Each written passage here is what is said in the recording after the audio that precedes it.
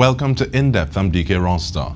We are looking to dive into a conversation about male mental health. But before we do so, I want to specially mention and thank Vaughn at Bigford. We must have some of that divine feminine energy. And she actually made me aware of Sheldon Wylie, a father doing his best by his children. And we're also thanking Kevin Liverpool of the Caribbean Male Action Network for helping to link us with psychologist Shakir London.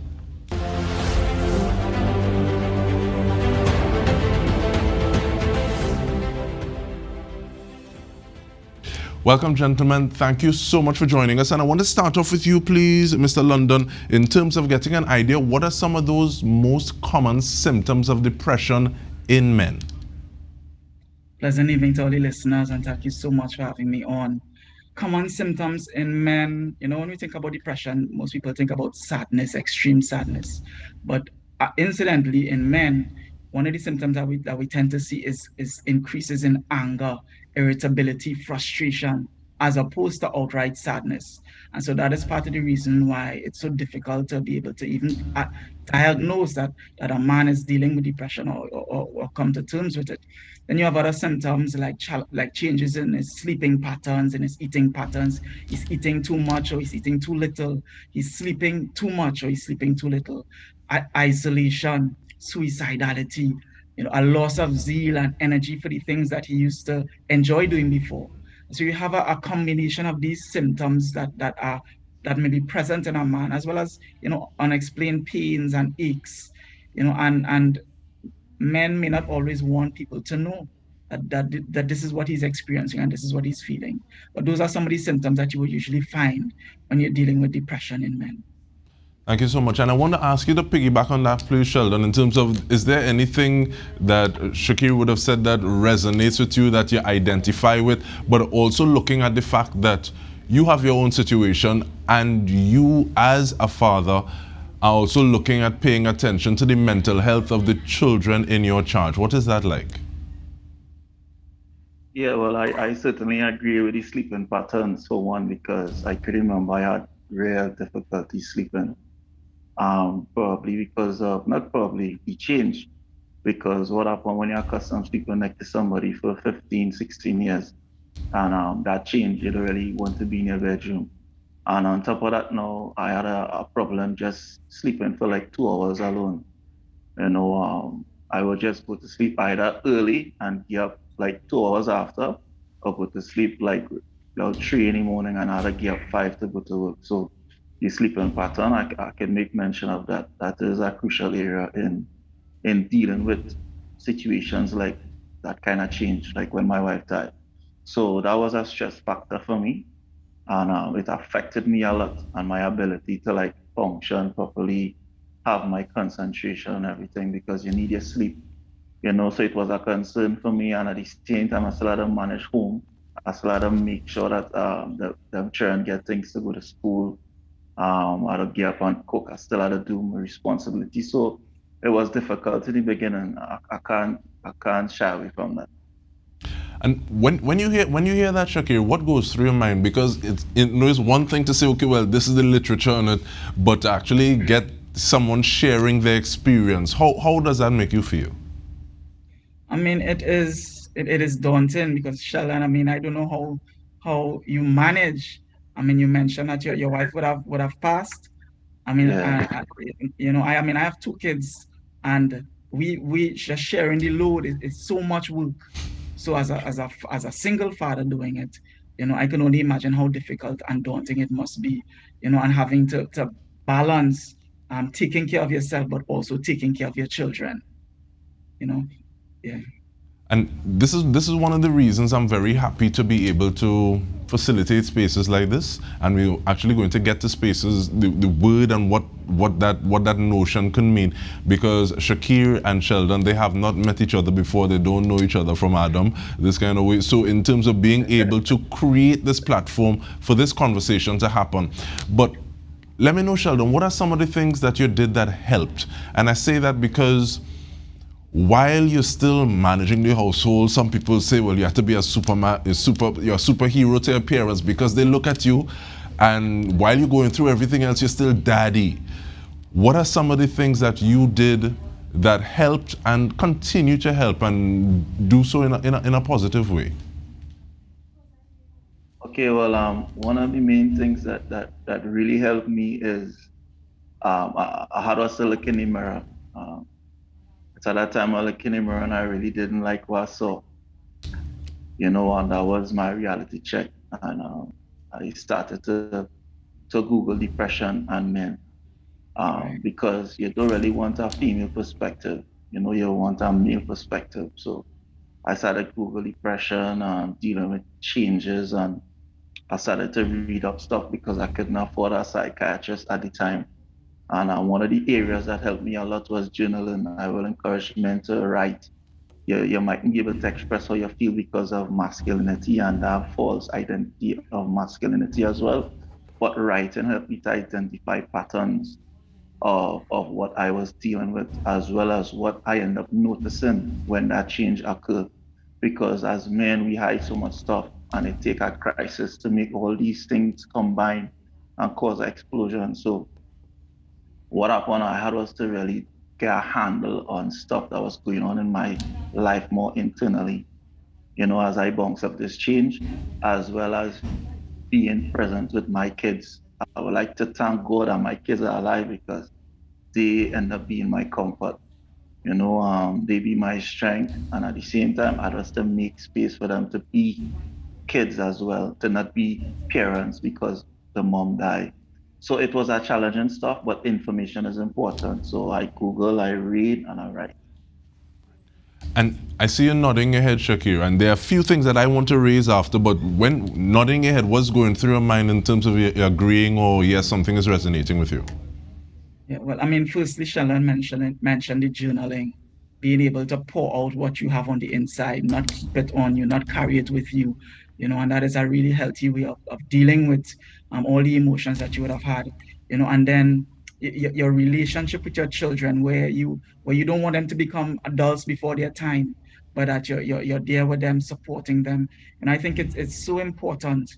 And even as you were speaking, I was reflecting on parents and particularly fathers being able to create these spaces where they can have conversations about grief and conversations about loss and what they are going through. Sometimes parents tend to hide. We hide the feelings from our children. They don't know what we are experiencing. They don't know, Sheldon, that we're grieving. And sometimes it's okay to let your child know, I feel like Yeah, this too. Because believe your child is also your children, they're also grieving. They are also yeah, going through. And they want to know that daddy is going through as well. But daddy is able to support and say, we are going to get through this. We are not going to give up. And so creating that type of atmosphere, where children can feel comfortable coming to daddy, saying, this is how I feel, this is how I'm feeling, this is what I'm experiencing in this moment. And learning from daddy how to cope. Sheldon would have done a lot of research, and that he can apply to himself, learning from that there are different things that you can do, healthy ways of treating with what you are experiencing and what you're facing. Yeah, so I mean, that And was kind of my thoughts when he was sharing. And what I had, what from what you just said, Sheldon, we'll start with that on the other side of the conversation.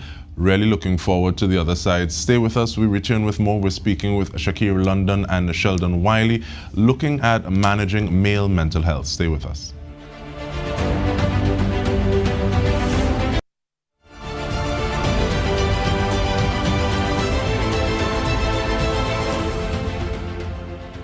Welcome back. We are looking at male mental health and managing such, speaking with Sheldon Wylie, single father due to his wife passing away, as well as psychologist Shakir London.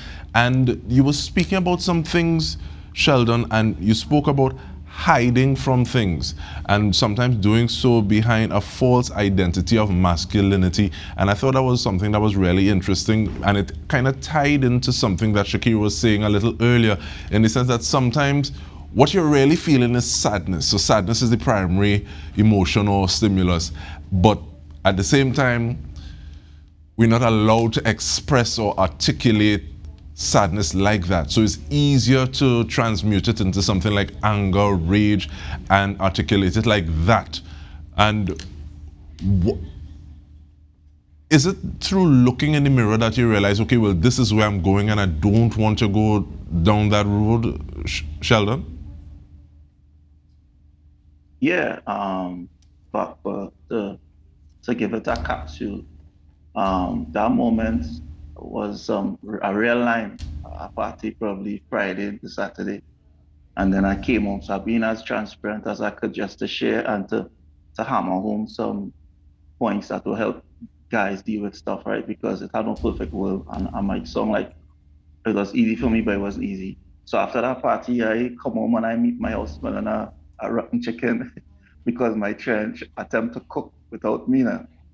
And that was my reality check. What happened is the hiding moments and the masculinity one is well, we hear it because it's popular, men don't cry, they don't really show vulnerabilities because it make you look weak, and it's a point because sometimes men just feel like if they show vulnerability, even now, where we living in a world full of independent women, they'll feel ostracized. So what happened, I had a certain encounter a side of me that I didn't discover before, and it was shocking. So for me now to deal with it in a healthy way, writing helped me a lot, not alcohol, because all these stuff, it just crutches, but it's not healthy. It don't help you to heal. It don't help you to overcome. You'll just get high the night before where you wake up with the reality the next morning, and I wanted results. So I had was to do the inner work, and that writing, that reading, research, it helped me tremendously, but it also made me fall in love with helping other men now deal with trauma because is a major factor in development in society right now. We need healthy males so that we could have better fathers, better husbands. It will have a better men in society, to deal with stuff that's going on right now. And we're going to get into the work that you're doing to help foster healthier males in our society. But I want to ask you, Shakir, in terms of kind of creating some of those environments when men can socialize and develop that kind of meaningful interaction. Because normally you don't find men talking about depression or what may help them look as a little weaker than. And even asking, does your look help people open up to you a little bit? Because I don't think you look like a quote unquote run of the mill psychologist this kind of way, Shakir. So talk to me about that. Well, I mean, it could very well be likely that people feel more comfortable talking to me, as I may appear more grassroots to some degree, you know. But when you speak to men having the opportunity and the spaces where a man can speak and share and feel comfortable, I mean, there are a lot of groups out there. There's sports that allow men to come together, social groups. You have the religious groups. You have the boys' lines. But as much as you have them, and they're very important for men to socialize, one has to ask oneself, how often is a man really able to be vulnerable in a space with other men? That is something that has to be intentional, and it's something that has to be created and protected. Sheldon spoke to the stereotype of men out there, the expectations that a man has to be strong, and a man has to be dominant, and he can't appear to be expressing these types of feelings. We are allowed to be angry, we are allowed to be happy and joyful, but feeling and to express those feelings. But when it comes to feelings like sadness and shame and fear, those are feelings that are frowned upon within the homes, within communities, within schools. And little boys in school will tell you, no, they can't. My son will tell me, no, he can't cry because they will call him a baby. So Mm. from very young, we teach our little boys to be a particular way, and we expect them as men to be able to be vulnerable. And I mean, Sheldon was able to look in the mirror and realize that something needed to happen here. And I believe it's a journey that a lot more men need to take to be able to really look in the mirror and identify what has been repressed, what has been suppressed, what have I been avoiding, what have I not been dealing with that is affecting my life, the different emotions that I'm having. But I'm not allowed, and I'm not allowing myself to express. Can we find spaces where men can have the opportunity to be vulnerable? I think that is a good place to start. And any groups like that would be, much appreciated. And I see you wearing that T-shirt, Sheldon Men Can. I've seen that in some of your posts. The last time we spoke, you said you were working on NGOY. So let me know what are the efforts looking like at this point in time? Well, I'll be looking down because I rewrite it relatively. I'm excited about it because what happened it started in 2021, NGO from Python Solutions, and we have approximately 45 to 50 men. And we have sessions every second and last Thursday of the month. We also have, that is virtually. We also have activities as well where we do meetups and stuff. And our aim is to just support positive growth and relationship and connections. And like Shakir was saying, right? We trying to emphasize even more on creating a safe space for men so that they can come and feel welcome. That is what we really want to hammer home because as a man, I don't believe a man will really get what he really wants if he don't feel safe. Man, it's real technical when man is concerned, so you had to create that environment where a man could feel okay to say how we feel, to say what he's going through, so that he can get the help. So I'm proud that Men Can and when we started, and we also get help as well from the National Services of Trinidad and Tobago as well. And we also have an email, python274@gmail.com, and we also have a number as well. So yeah, so far so good. I'm excited, and the sky's the limit. And we're excited with you as well, and we'll try to continue from time to time just checking in and see what's going on, how we can help in terms of like amplify the work that you're doing. But in the last minute that we have, Shakir, I want to leave it with you, thank you, in terms of a cautionary note. What are the dangers of suppressing, of not of hiding, of keeping these feelings in, the emotions, the trauma, without dealing? That is a really good question, and the range of challenges that can come as a result. I mean, it's so much. But let me paint a short scenario. Little boy, daddy left the home, and mommy has chosen the stepfather over him, so he feels rejected. He feels not wanted. He feels unloved.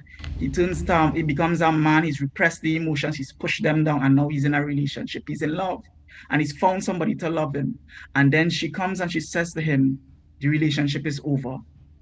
I have finally found someone to love me, to accept me, and you are turning away from me. No, you can't leave me. No, you can't turn your back on me." And that is the reality with feelings that are repressed and suppressed and pushed down, that may be repressed all the way back into childhood. They come to the surface again. And when men are confronted with those feelings, you have the man acting erratic. You have the man lashing out. You have the man hurting others and hurting himself. And that is an extreme example, but we live in a society where we see things like this play out. And so it's important for us to be able to, as men, know that, hey, I need to deal with me. I need to be able to work on what has happened, the traumas that I have experienced, and what I've been repressing all my life. And gentlemen, we want to thank you so much for the work that you are doing, continuing to do. Shakir London and Sheldon Wylie, and on behalf of the entire TTT News team, I'm Dike Rostant. This has been In Depth with me. Thank you so much for joining us.